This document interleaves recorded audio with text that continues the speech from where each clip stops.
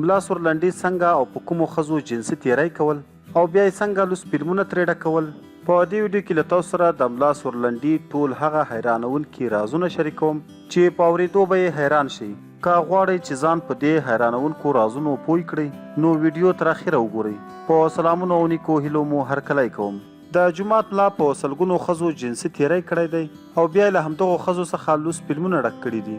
د افغانستان په فاریاب ولایت کې یو ملا له 100 څخه په ډیرو ښځو جنسي تیری کړی دی او د هغوی څخه یې لوس فلمونه ډک کړي دي.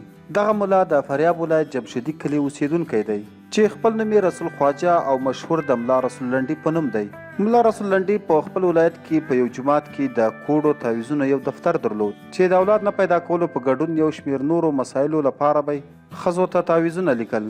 د فراه ولایت په شمول د افغانستان د نورو ولایتونو څخه به هم د بیا اولادي د علاج د تعویضونو لپاره به ښځې راتلې چې وروسته به دغه ملا د څه شرایطو له مخې دغه ښځه یا جنۍ دننه کوټې ته بوتله او د جنسي اړیکې لپاره به یې مجبوره کړه او د جنسي اړیکې په وخت کې به یې ویډیو جوړوله چې وروسته به یې همدې جنۍ ته ګواښ کول چې یا له ما سره جنسي اړیکه ونیسه او یا دې همدا ویډیو کورنۍ ته ورلیږم. ملا رسول لنډی چې پخوا د جنبش ګوند او پولیسو یو قومندان و او د څه وخت راهیسې یې دغه د تعویضونو کار کول.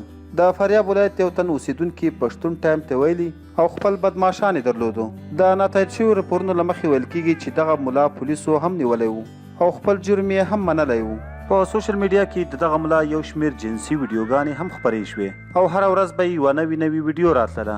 ښایي چې له ملا لنډي څخه موبایل ورک شوی و او داسې کس ته په لاس ورغلی و چې هغه به یې هره ورځ په سوشل میډیا نوې ویډیو خپروله.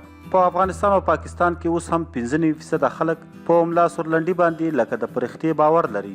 په مدرسه کې ماشومان ورته پرېږدي د کوډو تعویضونو او په نوم ملا ته ډېر زیات نږدې کېږي چې بیا یې اخره کې زیاته خطرناکه نتیجه راوځي. دوستانو له ملا رسول لنډي او د هغه له کارنامو څخه به تاسو ټول ښه خبر یاست. زموږ د نننۍ ویډیو مطلب همدا دی چې پښتانه باید وپوهیږي چې د کوډو او په نوم ملا څخه لرې وګرځي او خدای مکړه چې بیا یې د ملا رسول لنډي په شان خرابې پایلې ونه ویني. دوستانو که ویډیو مو تر پایه راسره کتلې وي لایک یې کړئ، شیر یې کړئ او د نورو داسې تازه او معلوماتي ویډیوګانو دپاره پښتون ټایم چینل همدا اوس سبسکرایب کړئ. تر بلې ویډیو مو په لوی او بخښونکي رب سپارم. د لوی الله په امان.